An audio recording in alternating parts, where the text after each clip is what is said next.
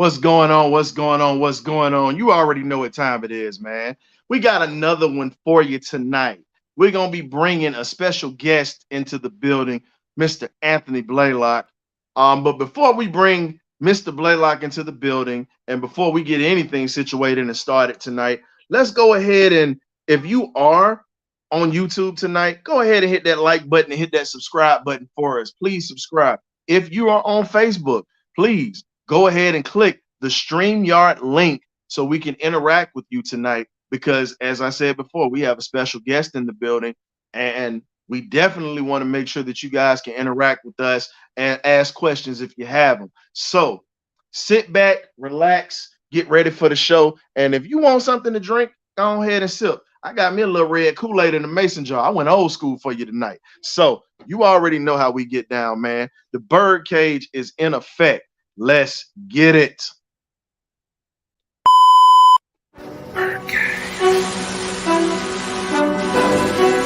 Okay, y'all, this is it.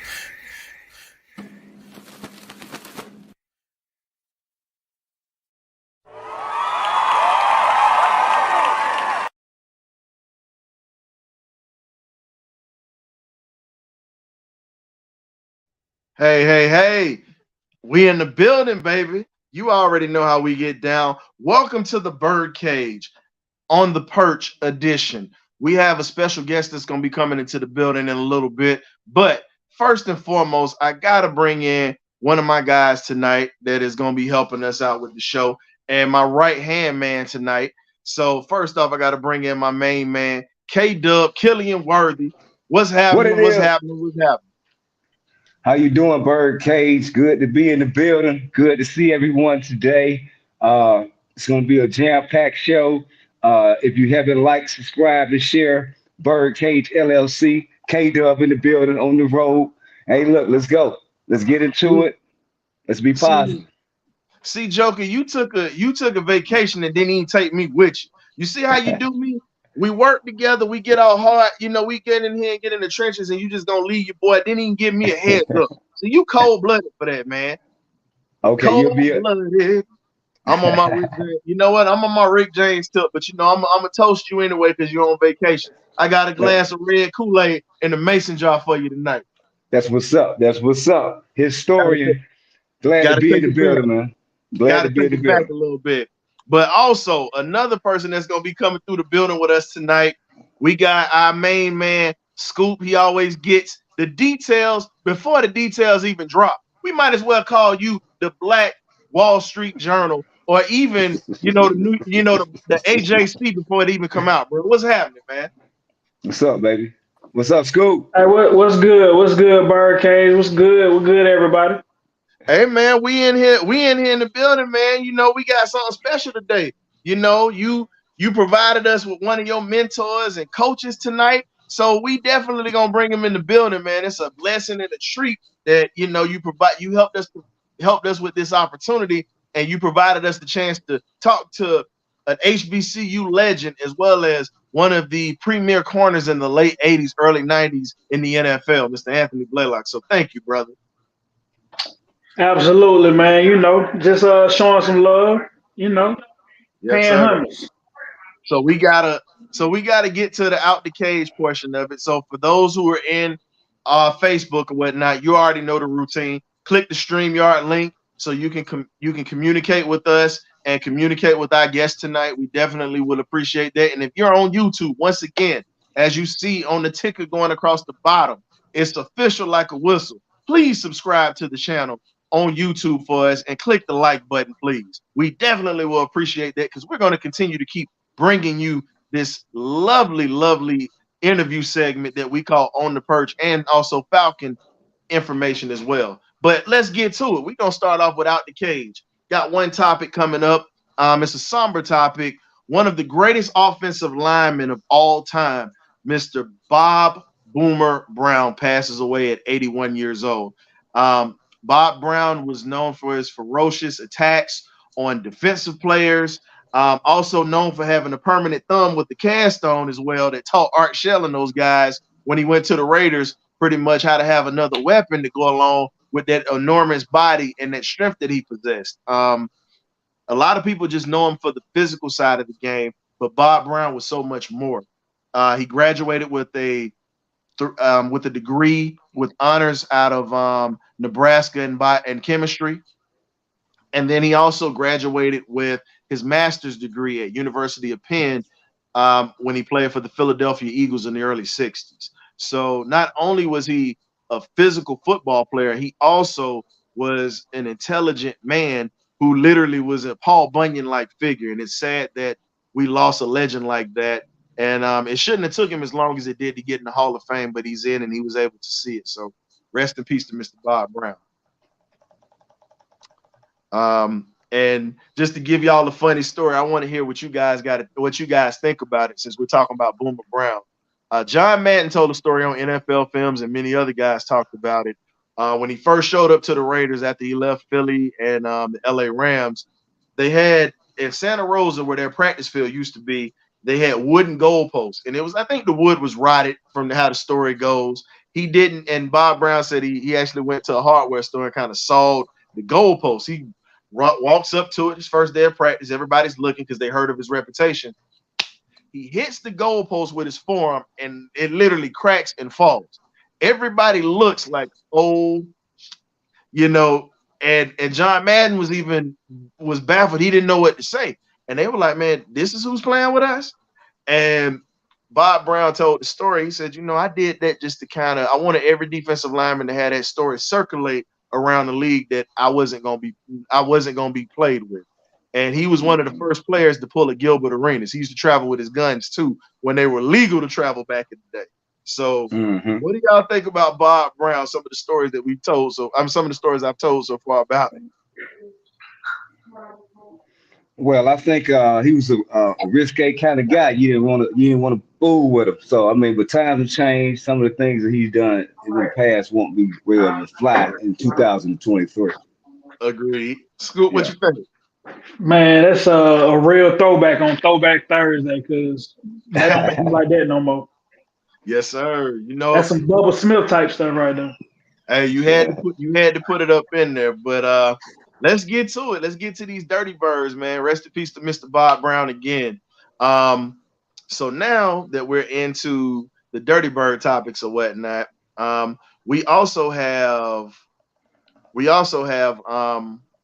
the Falcons right now.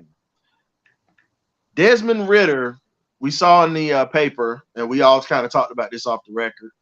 Desmond Ridder, is he ready to take the next step to take the Falcons to the playoffs? What do you guys think? I'm gonna let Scoop start this one, and then Killian, y'all jump on it. Okay. So I'm looking at the NFC quarterbacks right now, and we talked about this at the end of the season. Like you don't have like the top number one picks, the top 5 picks in the first round type of quarterbacks like you do in the AFC. So in the NFC, I mean, we have to look at what it is. Even though Desmond got drafted later, it doesn't mean anything like he's a winner. Hmm. So he's been able to build that program in Cincinnati and be able to face SEC schools in the bowl games, and that means something. Like everybody's not going to come from a championship school, so you got to have something to build off of, and he got something to build off of. He got that momentum in college. He can do it in the NFL. Yep, you're absolutely right about that, or whatever. With everything that we got going on with the Falcons or whatnot, Killian, what is your opinion on that, bro? What do you think?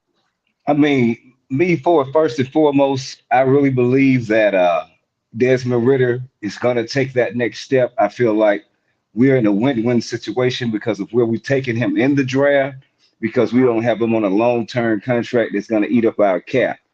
And from all signs coming out of OTAs, training camp, and from the coaching staff, as long as he stays healthy, oh, we're gonna be exciting, baby. We're gonna be something that turn your TV on and look at, man.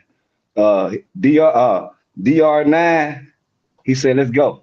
I mean, all I can say is just get ready for it. You know what I'm saying? Okay. Just get ready as a fan base, as an avid football watcher. If you don't like the Falcons, you're gonna like the Falcons this year. We will be excited. You can stamp that, take that to the bank. Most definitely. Yeah. What you wait a minute? So you gonna take that to the bank like Shalimar used to back in the day? Take Oh, that for to the sure. bank. Had Oh, to for go old sure. school for you. You know, it's For throwback sure, Thursday, man. so you got to Yeah, for take it back sure. to old Shalimar back in the day with that one. But the next thing that we got talking about another young player. The Falcons are going to be scrimmaging against the Dolphins pretty soon, and Bijan Robinson. Here's from Tyreek Hill over a podcast. Hey, you might want to bulk up because that defensive line is no joke. Now he's saying that they got him right, but here's my thing: if that defensive line is no joke and y'all got right, y'all wouldn't have lost to Buffalo last year. That's just me. Y'all wouldn't have gave up the draws the way that y'all did if y'all was right. All right, Killian, what you got on this, man? You telling a young buck to step Hey, up, man. and Atlanta had the number three rushing offense in the league last year, and you tell him to bulk up? Okay, I just really believe that Tyreek, Reek is trying to make his podcast very entertaining like ours is, but I mean the guy's he's ready, man.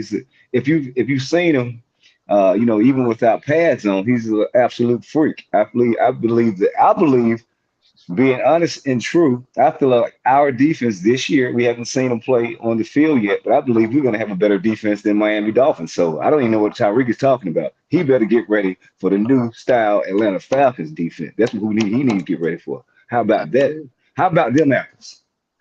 Killian,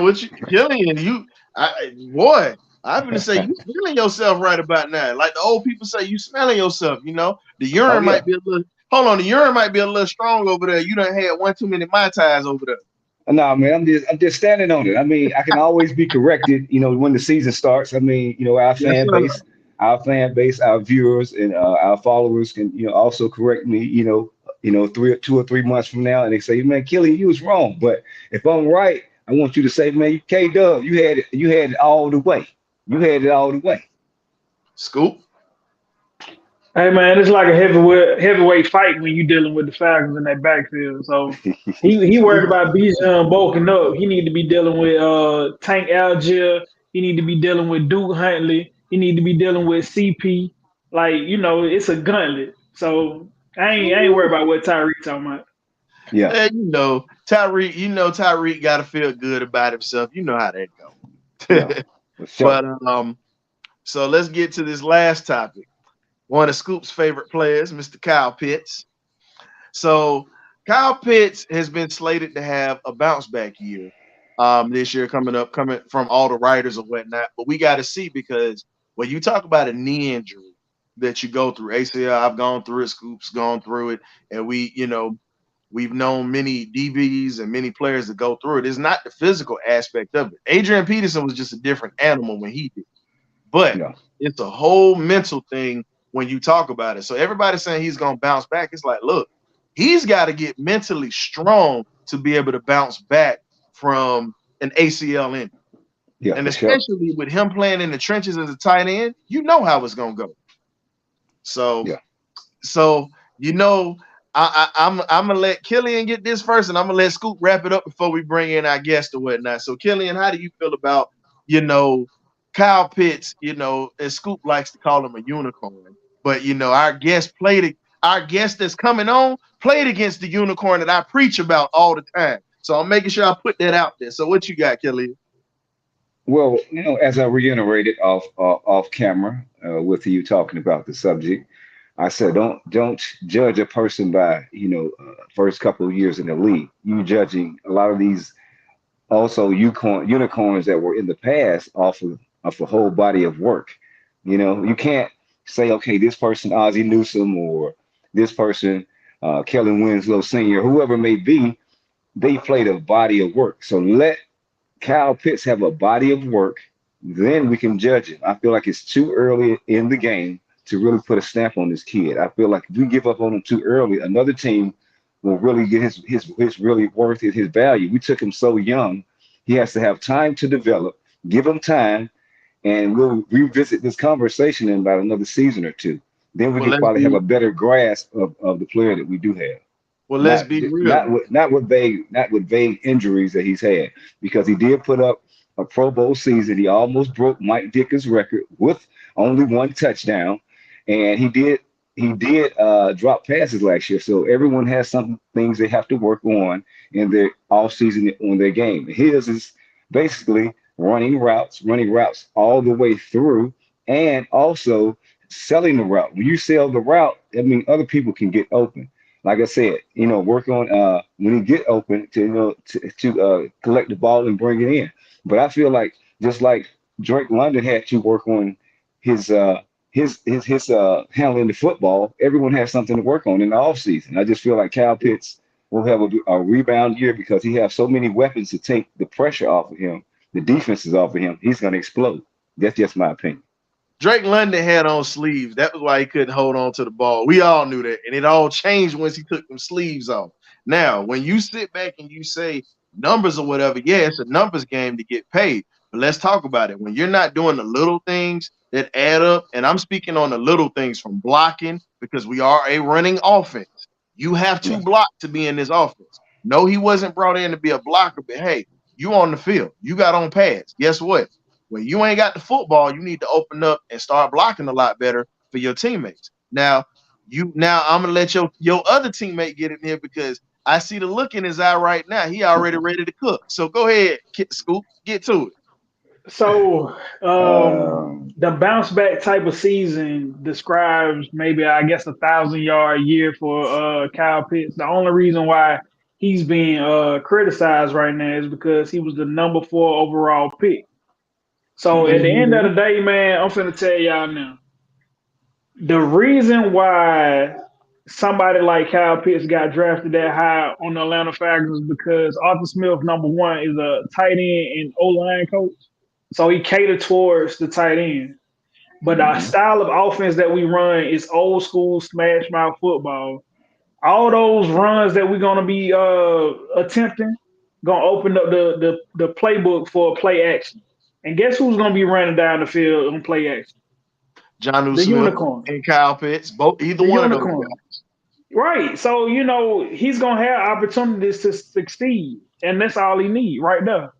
But here's the thing I got for you, and I'm gonna bounce back with this one. Okay, you want to talk about old school offense and different things of that sort. Let's be real.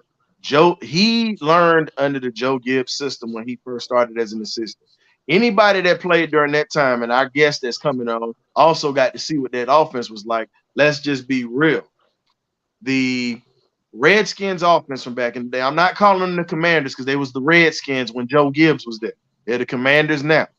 Joe Gibbs had a solid offensive line who could run block the daylight, and then also pass block. We're still trying to figure out our pass blocking right now. And then on top of that, he had solid tight ends, but not the best tight end Joe Gibbs ever had was Kellen Winslow when he was the offensive coordinator for the Chargers. But when he got to Washington, he had Doc Walker, who was a solid player, and then he also had Clint Didier, who was a very solid blocker and also a very good pass catcher. But in the backfield, Arthur Smith is trying to recreate having a John Riggins type of player with Tyler Algier, even though Tyler Algier is not John Riggins, because Riggins was the sprint champ in college and high school champ that set state records, a sprinter, and was a big back. And then you had a smaller back that was fast with a water bug type back like Joe Washington. And then you also had former Heisman Trophy winner out of South Carolina, George Rogers, who played in that backfield. And remember, Timmy Smith showed up in that championship game against Denver and had over 100 yards, and he disappeared from the earth after that. So when you look at that, Arthur Smith is trying to have a Joe Gibbs type of offense, but here's the thing. Joe Gibbs had Art Monk, your tall receiver, your Drake London, and he also had Ricky Sanders, and he also had I always forget, and he also had Gary Clark. So let's be real on this. We have yet to have a Gary Clark and a Ricky Sanders type of player. Just gonna be real with you on that. So us having Kyle Pitts is a luxury, but at the same time, we got to have some other stuff that can shake a defense up if that running game ain't going. So that's all I got for that. But we're not gonna beat it with a dead horse, because we know we can go all night and we can find all kinds of stuff with it. So without further ado, we are getting ready to bring on one of the most celebrated HBCU cornerbacks of all time. And he also is a legend in the HBCU ranks, but he was a premier corner and a solid slot corner that my uncle Nazarella Worthy, who had to go against back in the day on special teams when he was running those kicks. Let's welcome Mr. Anthony Blaylock to the BirdCage. What's going on, Mr. Blaylock? Fellas, what's up? How you guys doing, man? Good to have you in the building, sir. Yes, good to see you, Coach. Good to be seen. How you guys doing, man? We're doing great. You might want to move your camera down a little bit. We just seeing the top of your head, Mr. Blaylock. I'm still at the top of my head, man. I thought I was okay. Well, it's clean shaven, so we good with that, Coach. No, you in there? You in here like swim well? You in there? Now I'm letting you know right now before we get the interview started. My uncle Nazarella told me to tell you hello. He's watching this interview right now. So shout out to Nazarella Worthy, who came through for us. They competed back in the day on the field, and they remember each other very well. Oh yeah. Naz was quick as a cat off the ball, man. One of them receivers that's doing breaks when he coming off the ball, man. Quick as a cat. Good brother. Okay. Most definitely. Okay. Most definitely. For sure. So you know what? Because Scoop helped us get this right here, Scoop, I'm gonna let you get this first question for Coach. Hey man, I know him, so I ain't really got to ask too much. But I guess I can get it started with this, Coach. Like, what was the transition like for you, transitioning away from the NFL into, I ain't gonna call it civilian life, but just going back to the everyday away from the NFL. Like, what was that transition like for you? Well, the transition for me, y'all call him Scoop. I'm gonna call him Quavo. That's what I call him. Okay. The transition for me, Quavo, was pretty rough because I got injured, and I thought that I was on the peak of my career as far as learning the game and really studying and getting to the peak performance and where I thought that I could be the type of ball player that I trained myself all my life to be. And when that surgery happened and I couldn't play anymore, man, it took me a couple years before I can even watch a football game. So it was pretty hard for me and for my transition. It was more hard because the way I went out, I always prepared myself on the business side of it. When I went into the league, I was buying property then. I was doing my real estate thing then. So I was already prepared for life after football. It was just the way that it ended. It didn't end on my terms. It ended on a doctor messing up my knee. So that's what really got me more than anything else. So to answer your question, man, that transition was pretty hard on the brother, man. It took me a while. That's good info, good insight. So what we did for you, we got normally we do backgrounds for our guests. I just to start you off and whatnot before we put the main one up.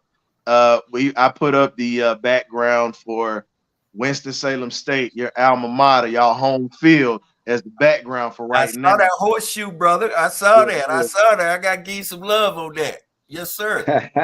Yeah, gotta make sure we give you some love because, as I said before, not all podcasts champion for HBCUs, but that's something that I believe in, and that's something I'm going to do to the day that I can't breathe anymore.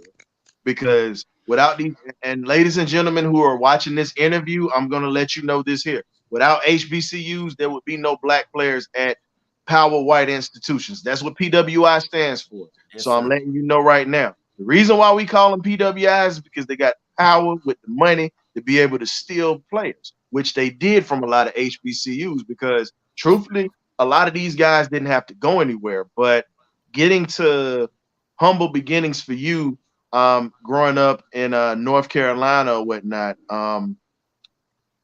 you started off, high school and everything else. When did you know that you had a love for football, and you were actually gonna try to make something out of this career?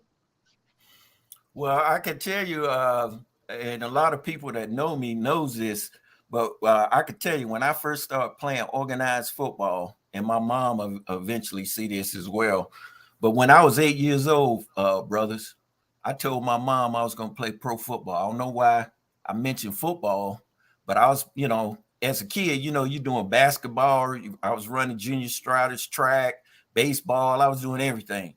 But when I was 8 years old, when I first started playing football for the Garner Lions, Silver Tan football, I told her, I said, I'm going to play pro football, and I'm going to take care of you, and I'm going to get you a house. I'm going to do all of this. I all these big dreams.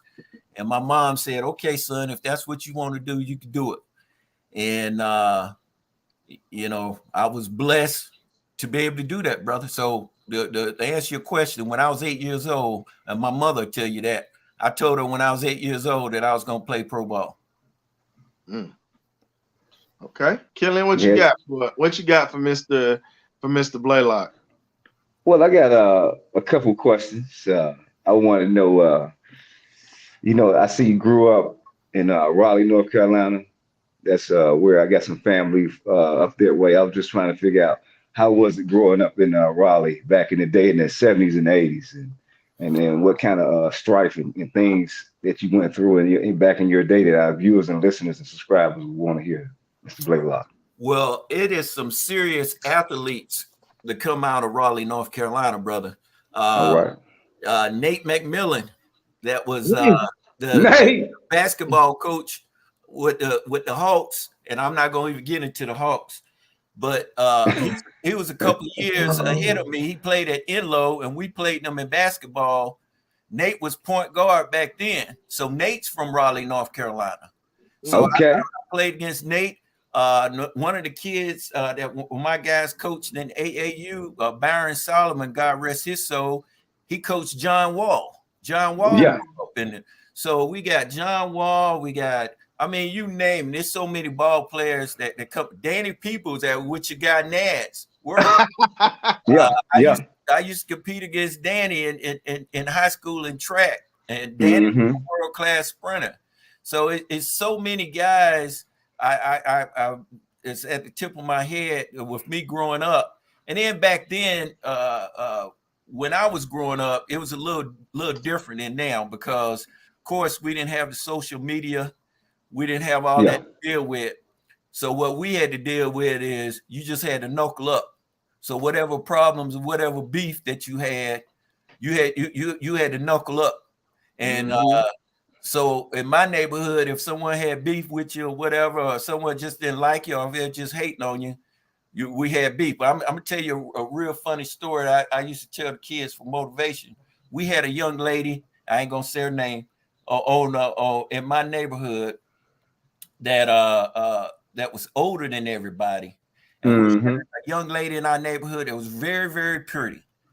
And the other girl used to get on the bus and beat her up every day, all the way to school. she used to just beat her up. Just you think you pretty, just beat her up every day, right? So evidently she got tired of that. And so she said she got on the bus one day, she got a good swing on her, and she started fighting her. And the smallest guy on our bus, a guy named Donzel, he was the smallest guy, said, I'm tired of this. So he jumped on her back. And then both of them start fighting. She throws both of them off. Then the whole bus jumps on this girl that was bullying everybody. And the whole bus beats her down. So then after that, every time she tried to pick on that particular girl or anybody on the bus, the whole bus would just stand up and she knew to sit down. So from that day on, we had no more beefs. So that's the kind of community that I grew up in, where everybody looked out for each other, and you take a whipping like a man or like a woman, and you keep it moving. How Pop said on Friday, you live. You live another fucking today. You kids ain't nothing but you kids ain't nothing but so scared of taking ass whipping. Well, you know we got to throw a little comedy in there with it, but So what was the recruiting process like for you?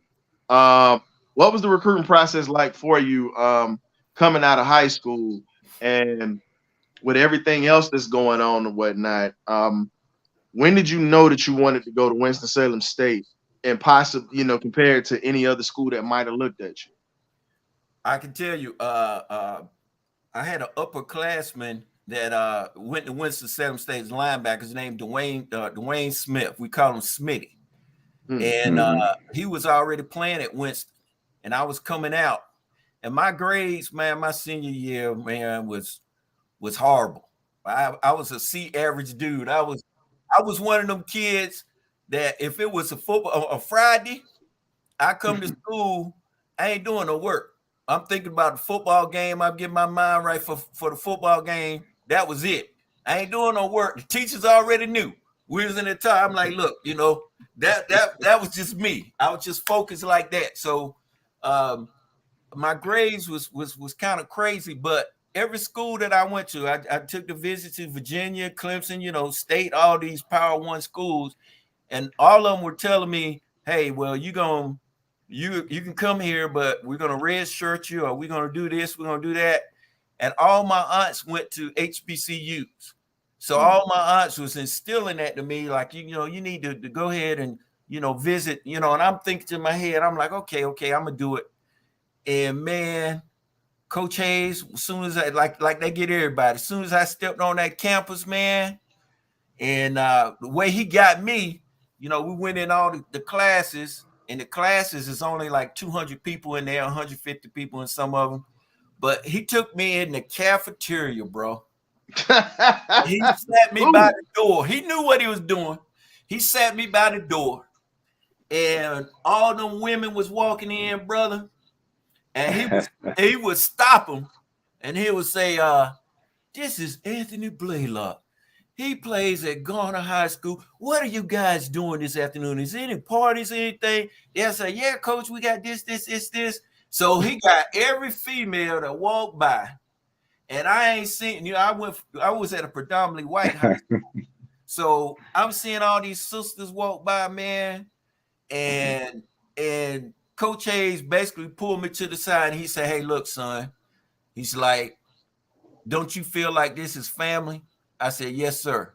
He said, well, this is how it is here all day, every day. We're going to make sure that we take care of you on the education side. We're going to make sure, the whole spiel. Yeah. And before I left that visit, I committed. I said, Coach, I'm coming. And, yeah. You was a silent commit, huh? And that's it. The rest is a wrap. The rest is what's funny? So Nas Worthy just hit us up just now. He said it would have been great to play with you at State. That's what he told me. You. He just put that in the chat.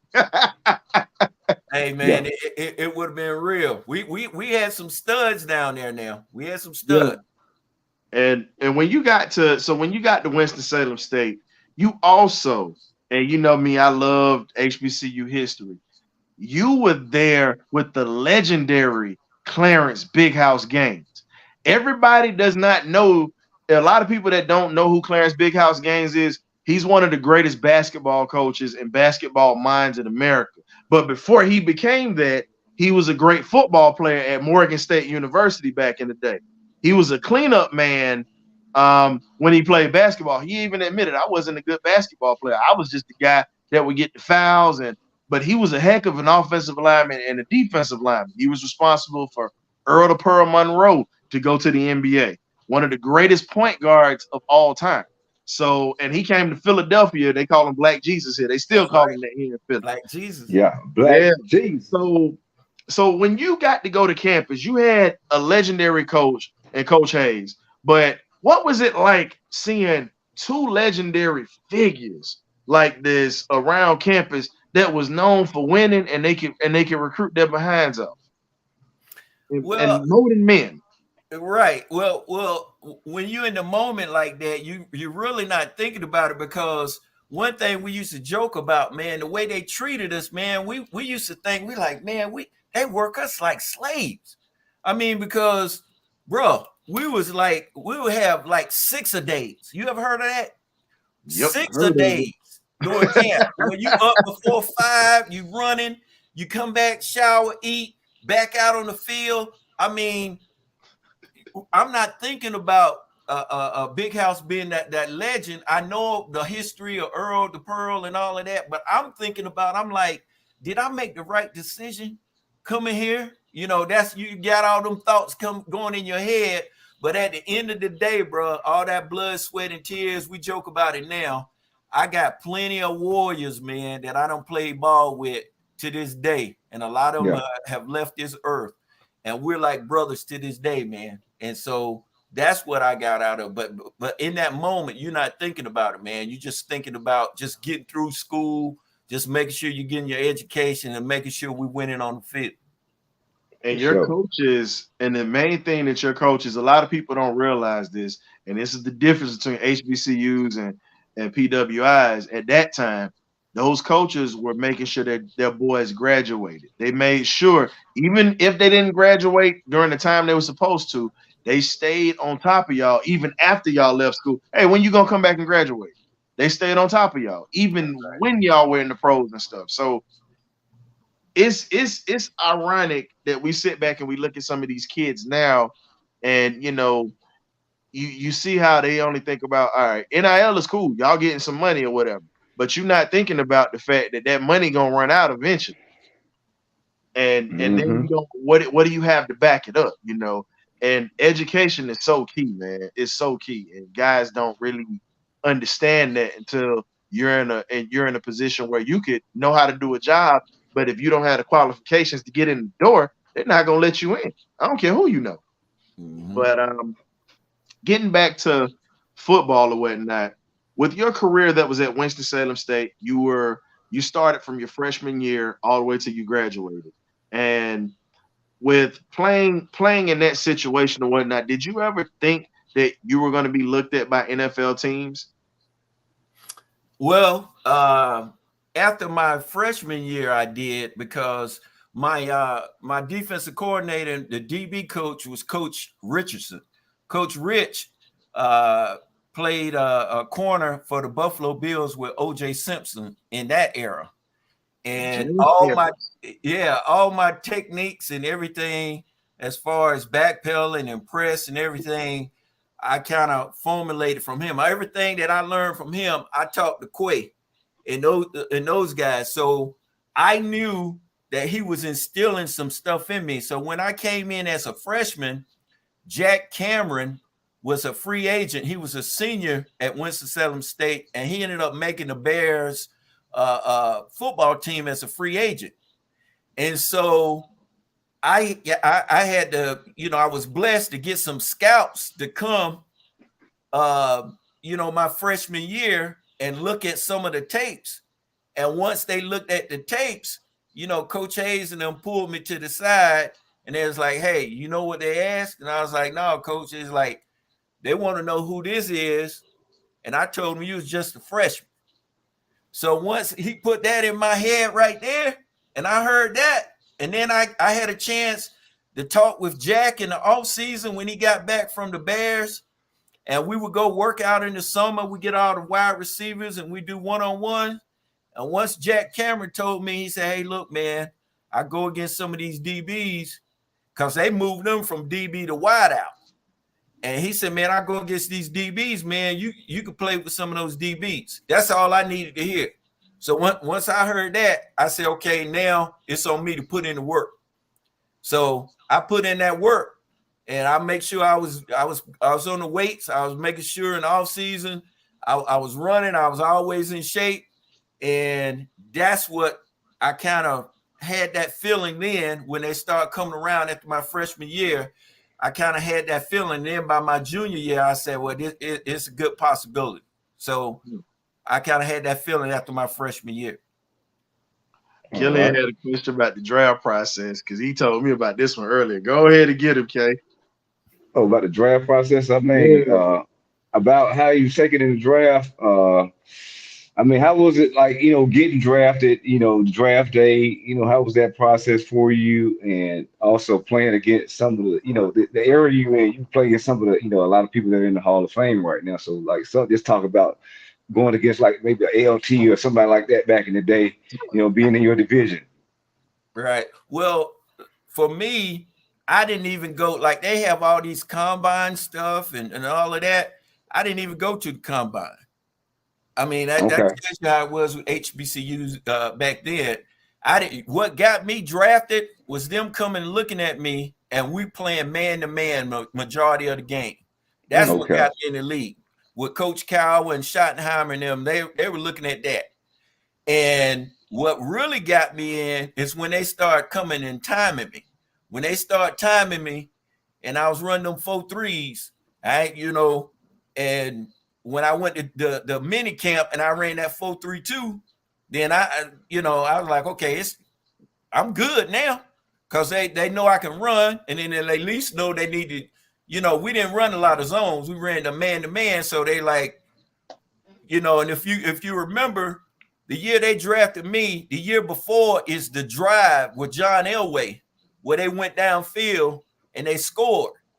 So that whole thing drafted me, and it was like, well, we need another corner. We want another corner to put in the slots.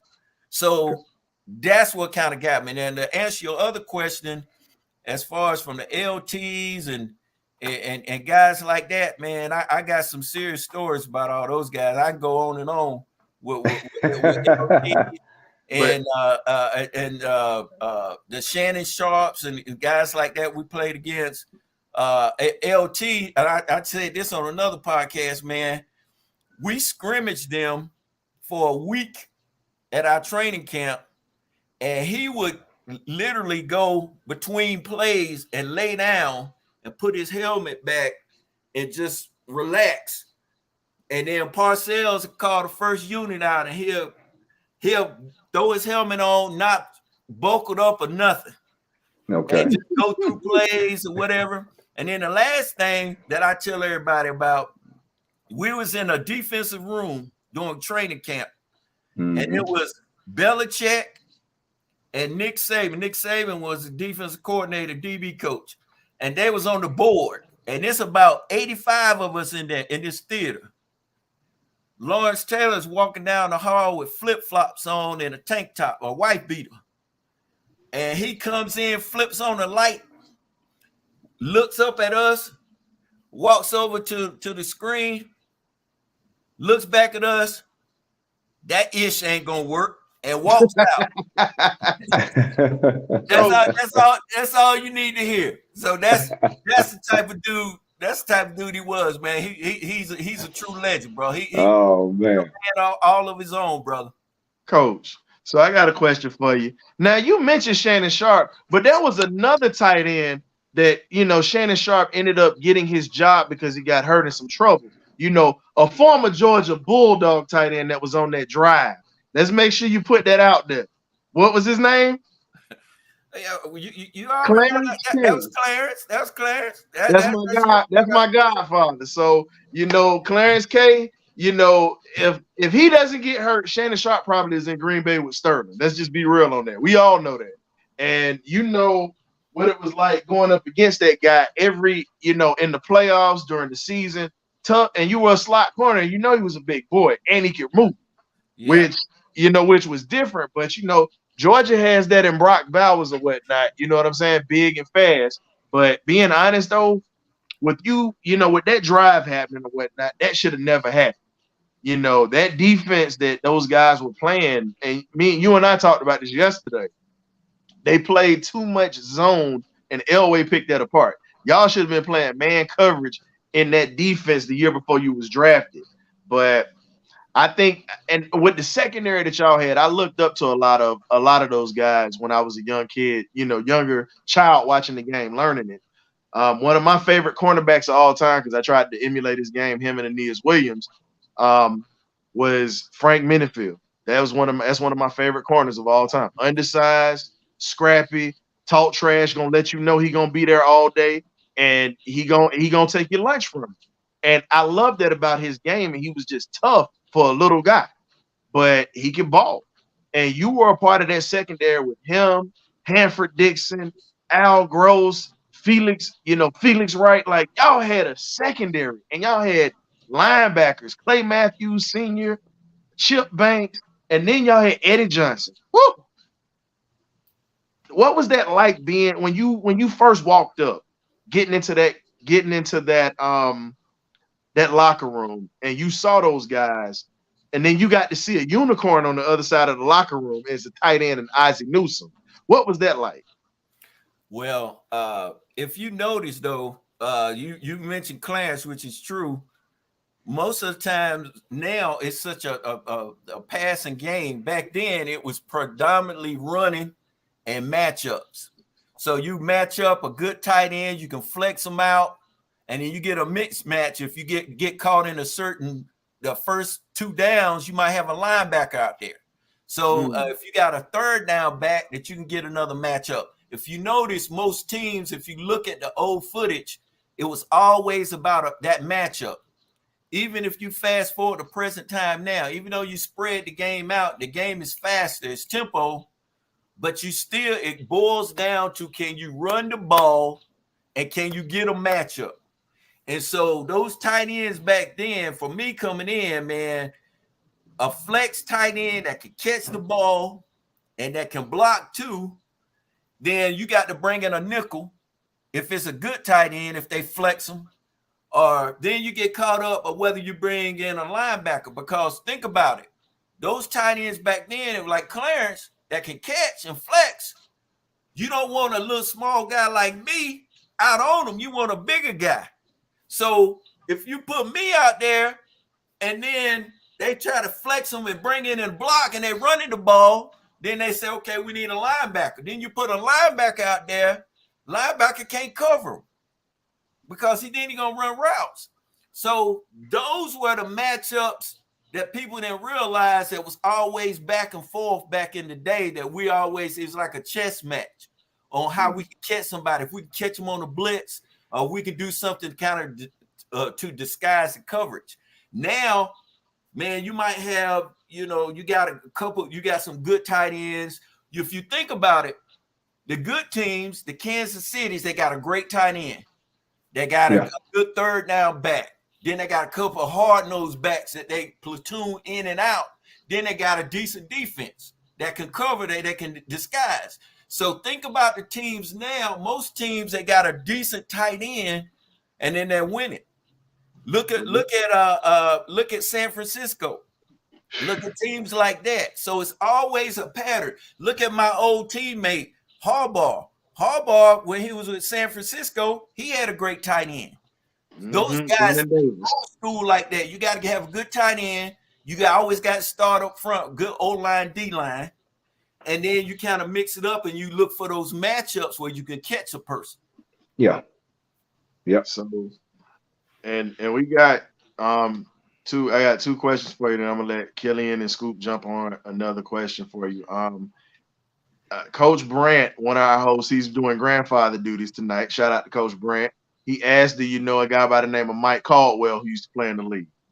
That's one of his buddies. He was a linebacker. The name sounds familiar, man. You know, I'm getting old. I forget where did Caldwell play that? Well, I have to ask him again, but I know he actually is a coach for defensive coordinator for Jacksonville right now. Oh, He's that's helping out what's with the Jaguars. And the other question I have for you is this. Now you just mentioned the third down back. You had a young Bill Cowher on that team. You had Bud Carson, who helped coach the Steel Curtain back in the day, and then you had Marty Schottenheimer. Offensively, you had three great running backs. You had Kevin Mack Truck.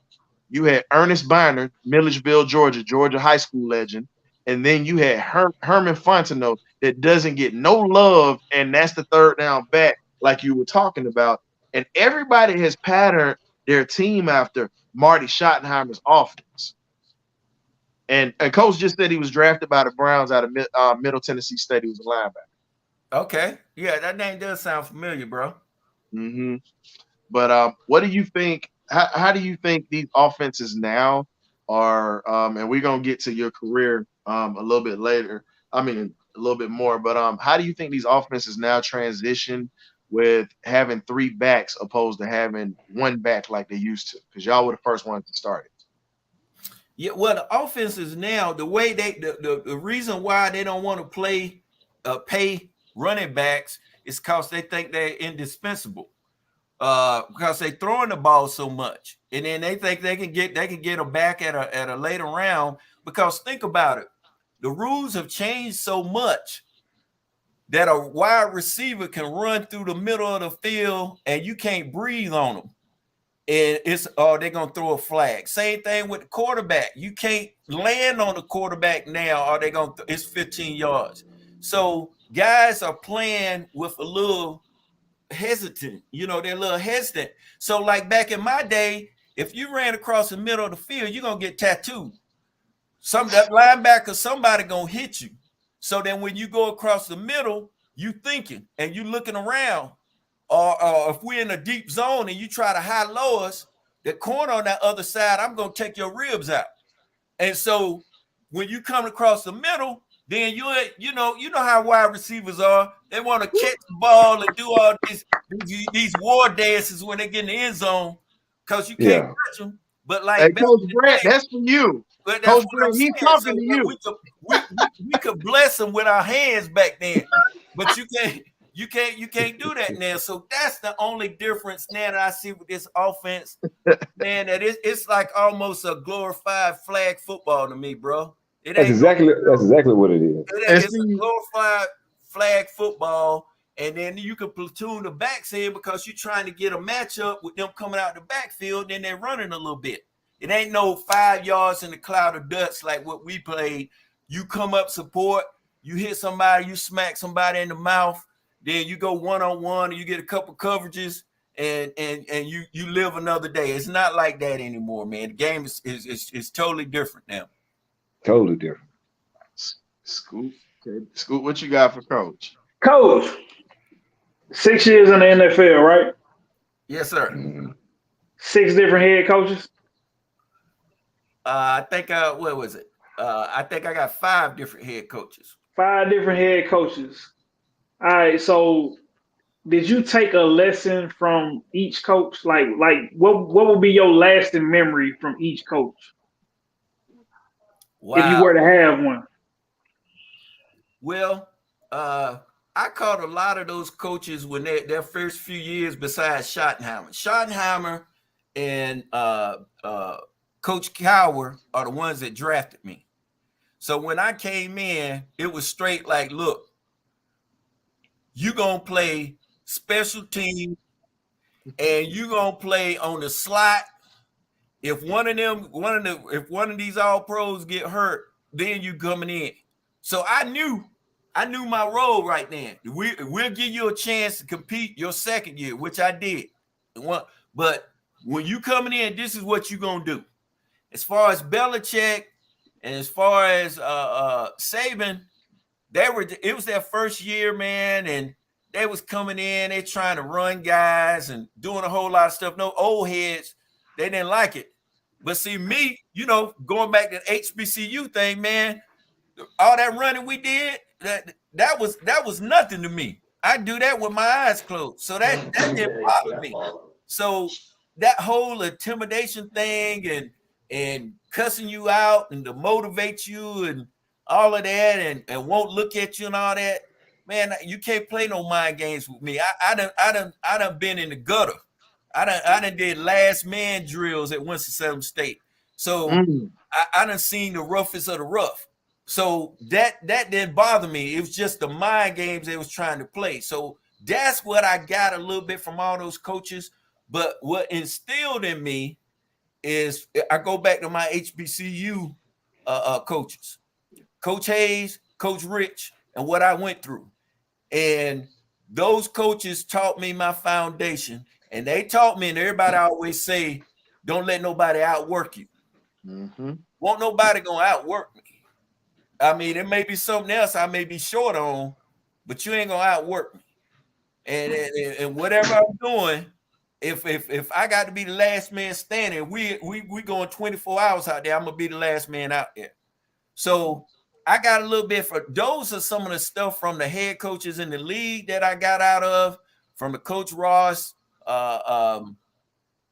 Schottenheimer was a great soul, man. He was a brilliant mind. I hate he didn't win a Super Bowl, but those were some brilliant coaches. But now I say this, and I'm going to say this to you guys, and y'all might look at me funny like everybody else does, but everybody looks at Belichick as a brilliant mind, which he is. Nick Saban, brilliant mind, which he is. Bud Carson, coached 5 Super Bowl Steelers, brilliant mind. Ossenberger, all those coaches. The best coaches that is not on that level that I've had, and everybody think I'm just being biased because they're like father, and that's not the case. I'm just being real. Coach Hayes and Coach Richardson. Those men got more football. They forgot more football than most people would ever give credit for. And they just haven't been on a large stage like that. They both in the Black College Hall of Fame.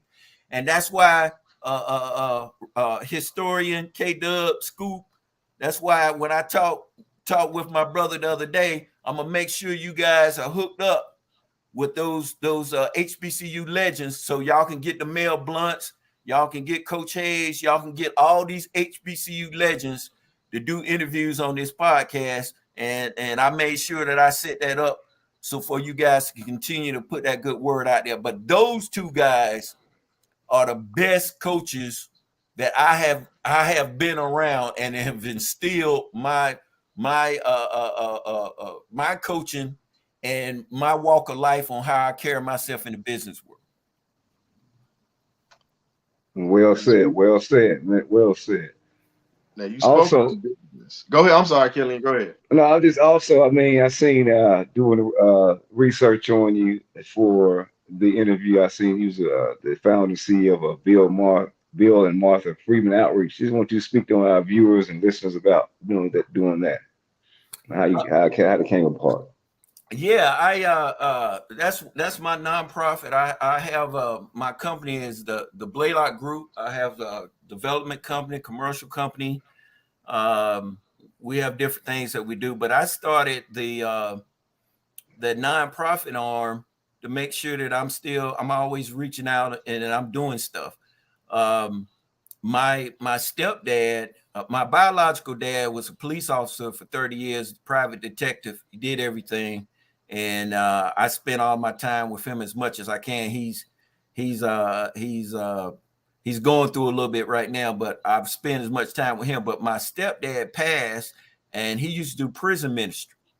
So when he passed, I wanted to continue doing that, and I wanted to continue on how I can help youth and just different things that I could do and expose them on the business acumen, just different things besides just sports. And so Okay, I got you. I wanted to make sure that if I could get some people, and then like guys like Cinquay was a great athlete and a brilliant student. And I want guys like him. And see, I don't have any biological kids. So my kids was the Cinquays of the world. So I always tried to make sure that when I was talking to them, even though I try not to get in depth in what they were doing day to day, but make sure that I could try to leave some type of positive example to them. You know, I had a farm back in the day with my nonprofit. I took them to my farm. I took them to my house. I let them do some, you know, so we could just chop it up and just so that they can see some different stuff so that they can, and you and I talked about a historian. If you travel and you get outside your environment, you know, you the big fish in a little pond in Decatur, Georgia, but if you somewhere else, you know what I'm saying? So yeah, I want to make sure I try to expose it, brother. So speaking of Bill and Martha Freeman, I mean, we do stuff for veterans. We do a little bit of everything. And I try to do stuff, man. I do stuff all the time. I don't post it, and that's just me. Well, you know, I always try to tell people, you know, just because it's not on Facebook doesn't mean it's not happening. And so I do a lot of stuff. I just try to stay up under the radar, but I try to do a lot of stuff. I don't got nothing against nobody that does that because you're promoting your business, but I just do it a little bit different, man. I try to just bless people as much as I can and make sure that I'm uplifting as many people as I can. So that's what that Bill and Martha Freeman outreach is all about. Okay, I just wanted, you know, people to get in touch with that side also, just not the football side.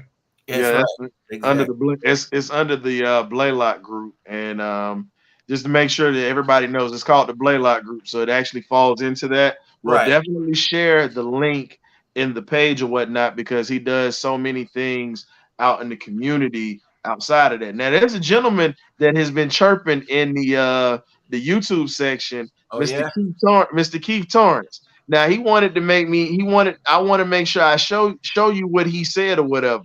So you can see what he said. He said he used to beat you like a drum and it made him better. I was gonna make sure of that. Now we got somebody in here that's trying to come at you now. That's cool. So look, Ryan and Kato, let me tell y'all something. Them days out there practicing at McNair High School, and see Keith Torrance is Coach Speedy I was telling you about, Ryan. Yeah. We were so competitive because, you know, Coach Blaylock, he had us like programmed. And like Coach Speedy used to call me Pretty Monster because when I step up to the line, I'm hand fighting with the receivers and everything. But they were so competitive, I almost knew that they were gonna put on some equipment and go against each other right then and there. Right then and there. The practices was crazy, man. I promise you, it was crazy. Yeah. Hey, you know what? And I've always said this, man. And you know, Keith Torrance that's chiming all that in.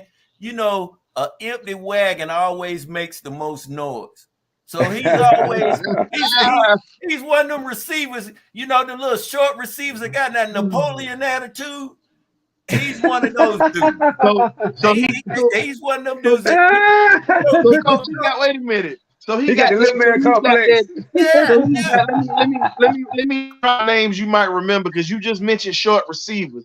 So he might have that Gerald McNeil, the Ice Cube concept, or he might have your boy Ernest Givens out there in the Houston concept that he think he's bigger than what he is. Exactly. He go talk all the time, but this is but that Cinque said something important, and this is what we wanted to make sure of.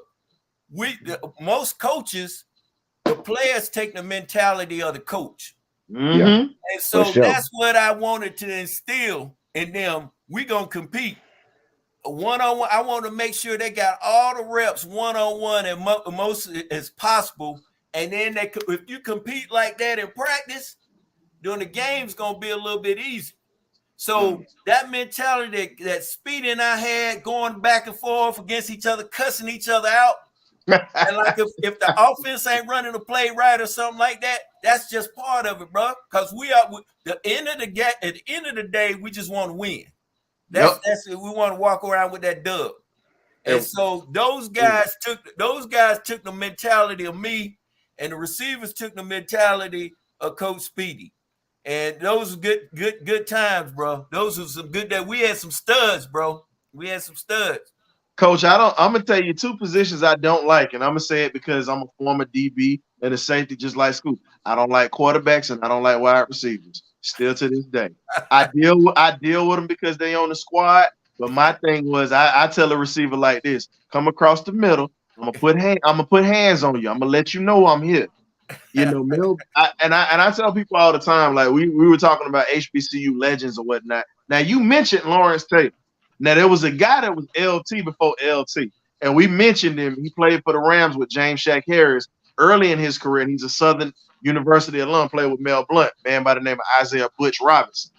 Now everybody always clowns him because everybody knows the clip that Earl Campbell put his helmet in the guy's chest. That was Butch Robinson. But what people don't know is 2 plays later, he put Earl Campbell out of that game.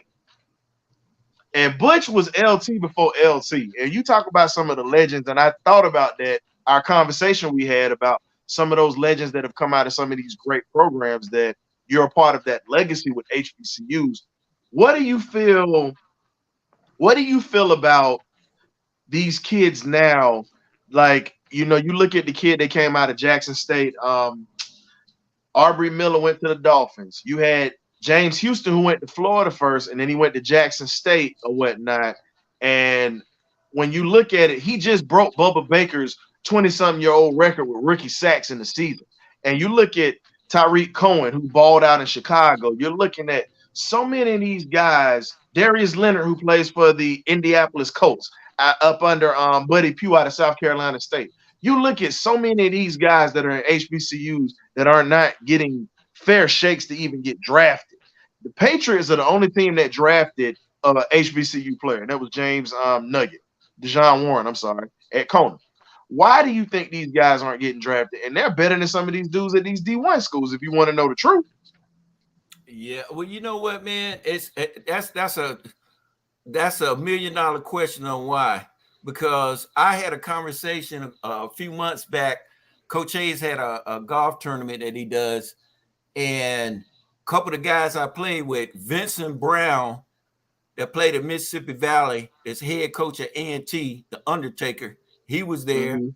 Coach Hayes' cousin, nephew, that coaches at Fayetteville State, he was the coach. And then our coach at Winston-Salem State, I had that played for New Orleans cornerback, Robert Massey. We were talking about, you know, the NIL and the whole thing and some of the kids and what's going on now.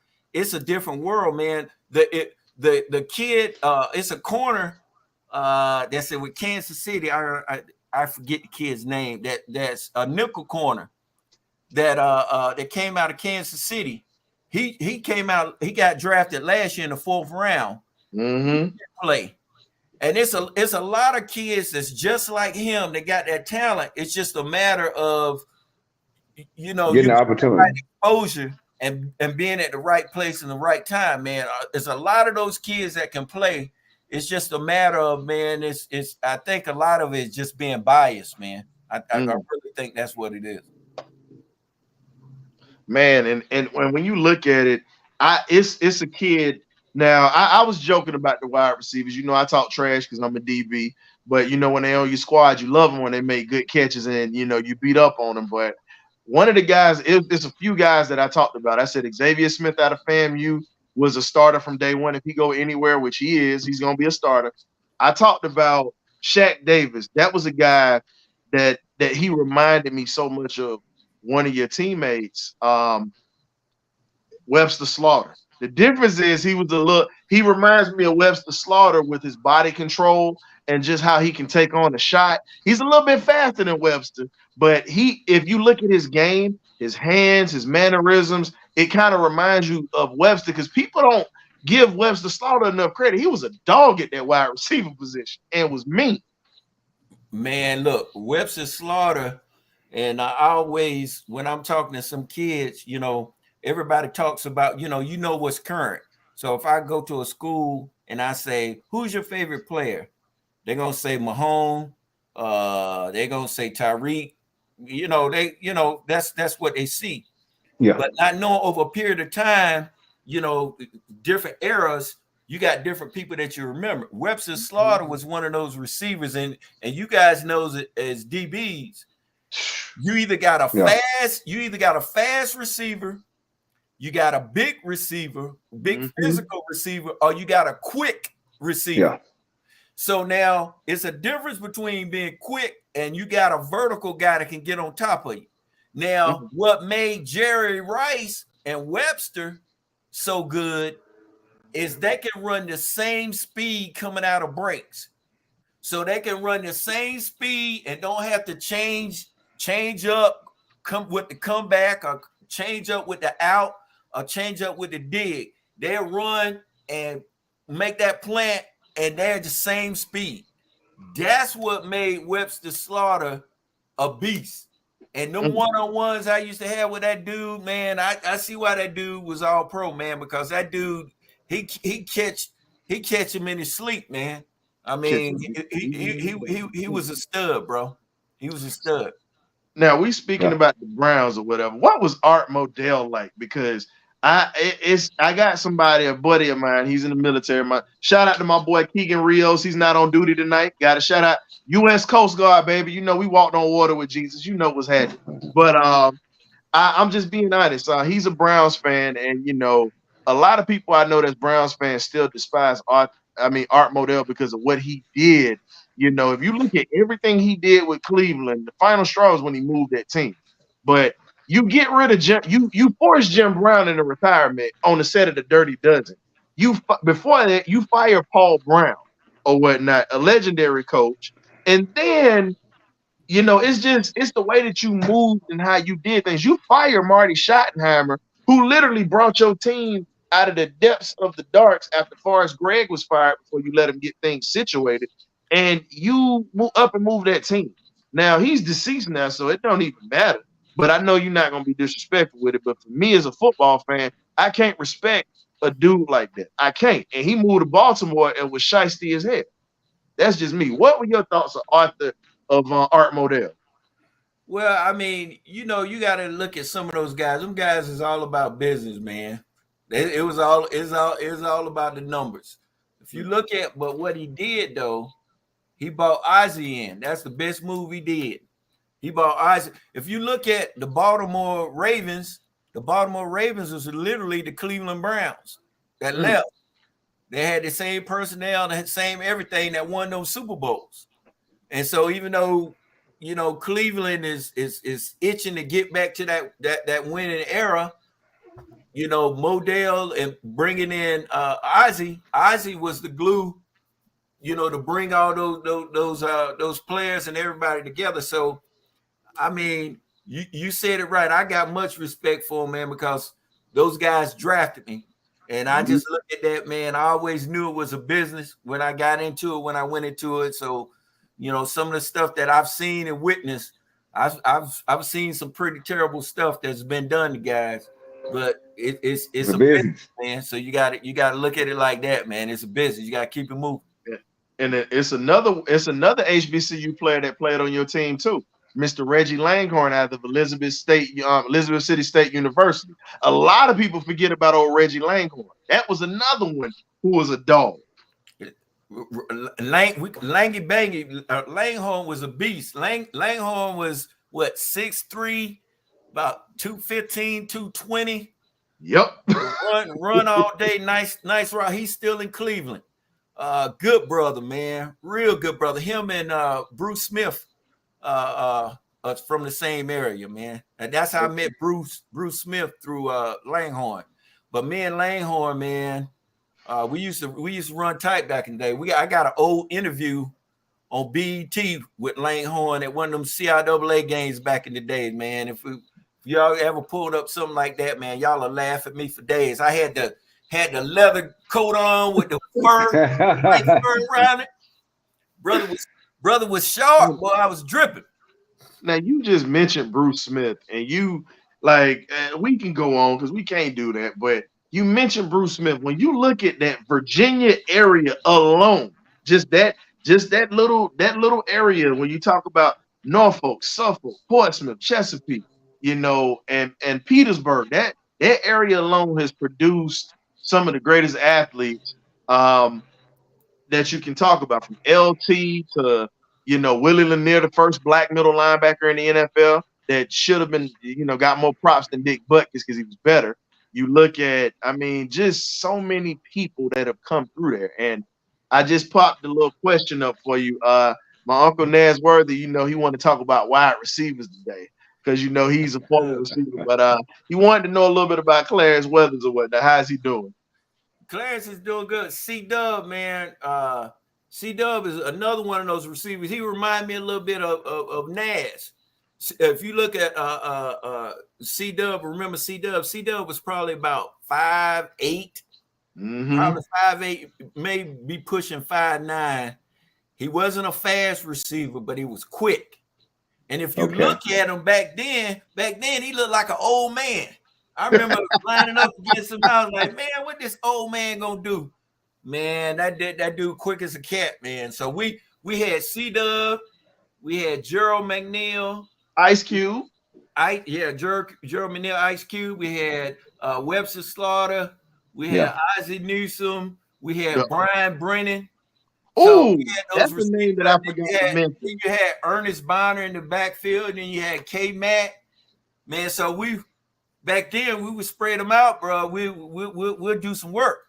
And y'all had a quarterback that was a national championship winning quarterback, and Bernie Kosar, who took the job of the bitter Gary Danielson. Now I talk trash about Gary Danielson because he always trashing my Georgia Bulldogs, whatever, because he loved Alabama and he loved them sorry University of Florida Gators or whatever, them swamp lizards down there in Florida.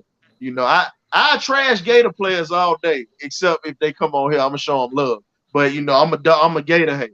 But real talk though, Bernie, I feel like Bernie was really quietly one of the best quarterbacks in the 80s, and he became a role player later. But I just hate the fact that, like you said, he just couldn't get over that hump of John Elway. That's true. Well, the thing with Bernie, and the quote was always, which was true, Bernie was a smart player. Bernie was not no athlete. He was not an athlete. He couldn't scramble. He could get out.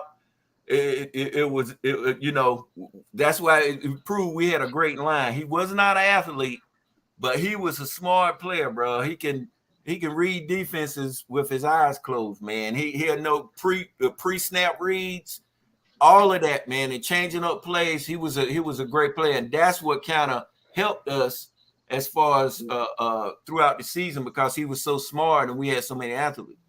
Well, you know who developed him? You had the legendary Howard Schnellenberger who developed him, and people don't realize that Howard Schnellenberger was the offensive coordinator of those 72 Dolphins and 73 Dolphins when he took those teams to 3 straight Super Bowls. He also was an offensive coordinator for the I'm getting sick about to say this team, the Alabama, Crimson Tide or whatever you want to call them. They don't know whether they're an elephant or they're a wave. But he was with the legendary Bear Bryant. He had Kenny Stabler, a young Kenny Stabler, and a young Joe Namath that he developed. So, and you look at it, he played for Bear Bryant when he was in Kentucky. When Bear Bryant was literally dominating the SEC at that time with Kentucky, and they haven't been right since he left. Even when they had the ship pirate that was there with Tim Couch and all those guys. But honestly, when you look at Schnellenberger, he developed Bernie the same way that he developed those 2 Hall of Fame quarterbacks that I just named. And he also had Don Strock and Bob Greasy at quarterback and Earl Moore. Right. So it's natural that Bernie was going to come in there and Bernie was going to take Gary Danielson's job. You couldn't be a dumb quarterback being for Howard Schnellenberger. Right. At all. Well, you got to look at too, the quarterbacks he was competing against that we were playing and that we had to cover against. We were going against Warren Moon. Then we was going against Boomer Esiason. Then you're going against Jim Kelly, Jeff Kelly. Yep. And then not gonna even mention Dan Marino. So you think about that now. As a slot, you got Moon, and they spreading the ball out all game. You running now on special teams on gunner, punt return, kickoff return, punt return, punt. Then you covering slots across the field, sprinting all game. You leave that game, then you got to go to Miami. You got Duper, you got Clayton, and you're doing the same thing. Then you got to go to the Cincinnati. You got Boomer, you got McGee, Collinsworth. all of those guys that you spreading out, and then you run Collinsworth. It was a whole. It's a Everybody different forget about Chris Collinsworth. Everybody think he just a loudmouth in the booth and he pissed people off. Chris Collinsworth was a bad boy. They can ball now. Just think about it. Chris, he came out of University of Florida, so it's hard for me to do this here. Chris was one of the best receivers that they ever had. And when you look at when he came to the league, people don't know that Chris Collinsworth was a state champion in Florida. And his teammate, his high school teammate, because he was a couple of years older, was Wilbur Marshall. He was a senior when Wilbur was a freshman. Wilbur was a tight end and an outside linebacker. So it wasn't surprising that Wilbur Marshall could run the way that he did, and he was just violent because that was what they bred at their old high school, because they're both from Titusville. But one of our guests, one of our coaches, he's normally on here, Coach Brant, wanted to know, what was it like with Dan Marino? With having to play against him and having just to try to stop something like that. Well, the biggest difference coming from HBCU in the league is the ball coming out. Mm-hmm. And so you can be right there and they can plan on their route. The ball, he's already threw the ball to a spot. And Marino was one of those types of guys that Duper or Clayton or whoever the slot was, they can be running the route. You can be on them. And when you turn, he's throwing to an area just like Moon would do. And the ball is already, he just got to put his hands up and the ball's already there. That is the most frustrating stuff in the world. He did one thing to me one day, and he winked his eye at me, and I was gonna cuss this dude out.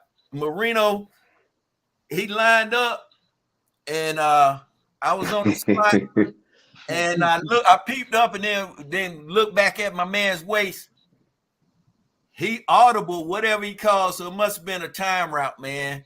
It wasn't but like a little 7-yard out. I could hear the ball whistle by my ear.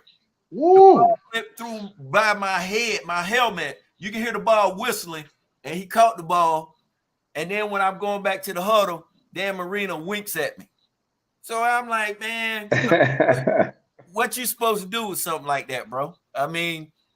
If you just get a good break, turn your head to get your hand up, it's only but so much you can do, bro.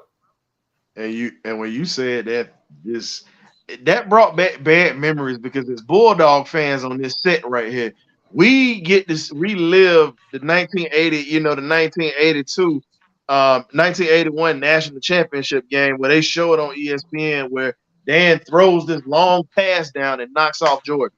That's painful for a lot of Dog fans. My aunt, my godfather, Clarence K, they were talking. My aunt was a cheerleader. She said, we thought we were going to party on Bourbon Street and have a good time. She said, we all ended up drunk on Bourbon Street, and half of us was still crying about that game. And still to this day, it's been over 30 years, and my aunt said if she saw Dan Marino, she said she still fight. But shout out to my aunt Lynn Hampton. I got love for you, baby. You was the one who put the dog in my life, and it's just what it is. And my aunt Rhonda, shout out to her. She came onto the set. She put, as we say, she put Southern University in my life, and just preached HBCUs for me. And this is just an honor just to be able to talk to you, Mr. Blaylock. And all I can say is thank you for coming on, my guys. Appreciate y'all too. Y'all help. I know we went a little over, but man, Hey, appreciate you, Coach. Conversation off the record, gentlemen. Hey, I want to wish you guys much success, which I know you guys are going to have. This is phenomenal what you guys are doing as far as with this podcast and putting it out and giving the history of HBCUs and just chopping up, talking about sports. Well, my man Quay calls me, man. Anything this brother asks for, he knows I'm there for him. And so I'm glad he introduced me to you. Appreciate it, Coach. I'm glad he introduced me to you two good brothers. K-Dub, historian brothers. I'm telling you, I'm wishing you nothing but success. You guys, you know, I just feel it in my bones. When y'all have that interview with my Coach Hayes, and when he brings these other historians through there, I know you guys are gonna hit it out the park, man. So much success to you, brothers. Many blessings. Well, we're gonna let you give a shout out to somebody we bring up next week. So, you know, ladies and gentlemen, that's on this show right now. We're gonna talk about it because we've locked it in, and I'm gonna let the cat out the bag. We got Falcons legendary wide receiver, Mr. Terrence Mathis, coming through next week. T-Mac. And you know, Mr. Mathis very well too. East side of the building, man. So, like I said, one of the guys that helped us jumpstart this show, he had surgery a day or two ago. I shot him a text. Shout out to my Uncle Dr. Melvin Pender, who gave us our first interview, former Olympic sprinter, gold medal champ. Hey, get well, Uncle Mel, because we're gonna have you coming back on this show because you opened the door for us, and we definitely appreciate you just taking the time that you didn't have to just to help us get this thing off the ground, because it means a lot. And then everybody that's come through, from James Collins, Mr. Haskell Standback, Nate the Galaxy Warrior Campbell, Mr. Blaylock. I mean, it's just been a blessing to just have individuals to come through to this show. And, you literally have helped us get to another place. And I'm just grateful that you took time out of your busy schedule to come on and talk to us or whatnot, sir. We definitely appreciate it. Hey, appreciate it. Hey, you guys, last thing, I need to be on next week to listen to Terrence when you have Terrence. Okay. Make sure one of your questions about one of y'all three, make sure you ask Terrence about that the Bachelorette show that we did together. Okay, that sounds like somebody do right now. Ask him about that. Let's see if he wiggle himself out of that one right there. Oh no, I'm putting him all the way on the spot there. I'm putting him on the spot. And Mr. Blaylock, it's crazy that you say that, because, like I said, I talked to him. My uncle and my aunt, they went to Clark before my uncle left and went to Georgia Tech. They went to Clark Atlanta with his sister. And my uncle's like, man, he'll remember me by face. He won't remember my name. But, my Uncle Corey Young, my Auntie Tracy Young, they went to school with his sister at Clark. So, I got to shout that out, because HBCU's always going to get love on this platform. Sir. So, Mr. Mathis' sister went to Clark back in the day, and my aunt's still cool with her. And, it's just amazing when you network with folks and you really just see how small this world really is. That's true. Right. Yeah, for sure, man. It's a blessing that you blessed us with your presence. But we definitely gonna ask Mr. Mathis that question next week. And my Uncle Naz told me to tell you, hey, it was a pleasure, and he definitely enjoyed chopping it up with you. And shout out to Mr. Keith Torrance for coming in, keeping us entertained and keeping us laughing on this end. Coach Speed. Appreciate everybody, man. Appreciate everybody coming in. Everybody out there, we appreciate you from the bottom of our hearts. So I put your picture, I put a poster that that was created for you, sir, as the background after I took you North Carolina State. Now that's gonna be coming to you as a gift to say thank you for coming through to the BirdCage. We definitely appreciate it, sir. I appreciate it, man. Much love, man. I appreciate it. Great things ahead, man. Many blessings for you brothers, man. Yes, sir. So, as we said before, I want to thank you guys for coming on. Thank for Mr. Blaylock for coming on. Thank my man Scoop. Last but not least, my man K-Dub, always coming through with the funk as he always does, and he keeps it rolling. So we're definitely going to see you next week. We have Mr. Terrence Mathis coming through. So, Falcon fans, you already know what it is, man. We definitely going to have some questions that we're going to put out there, and definitely want you to interact with Mr. Mathis. So please, If you got somebody that's in your family, you love them, tell them, you know, because every day ain't promised, man. You know, we were just blessed to be able to have this because originally we were supposed to have Mr. Harvey Glantz, but he passed away. So rest in peace to Mr. Harvey Glantz, and condolences to the family for the loss of Mr. Glantz. And like I said, man, I'm thankful for you guys that come on and y'all give us love and y'all show us stuff, show us love all the time that we come through. But hey, we got to get out of here. Next time we'll be on with a Falcons legend. So until then, y'all be easy. Much love. Peace.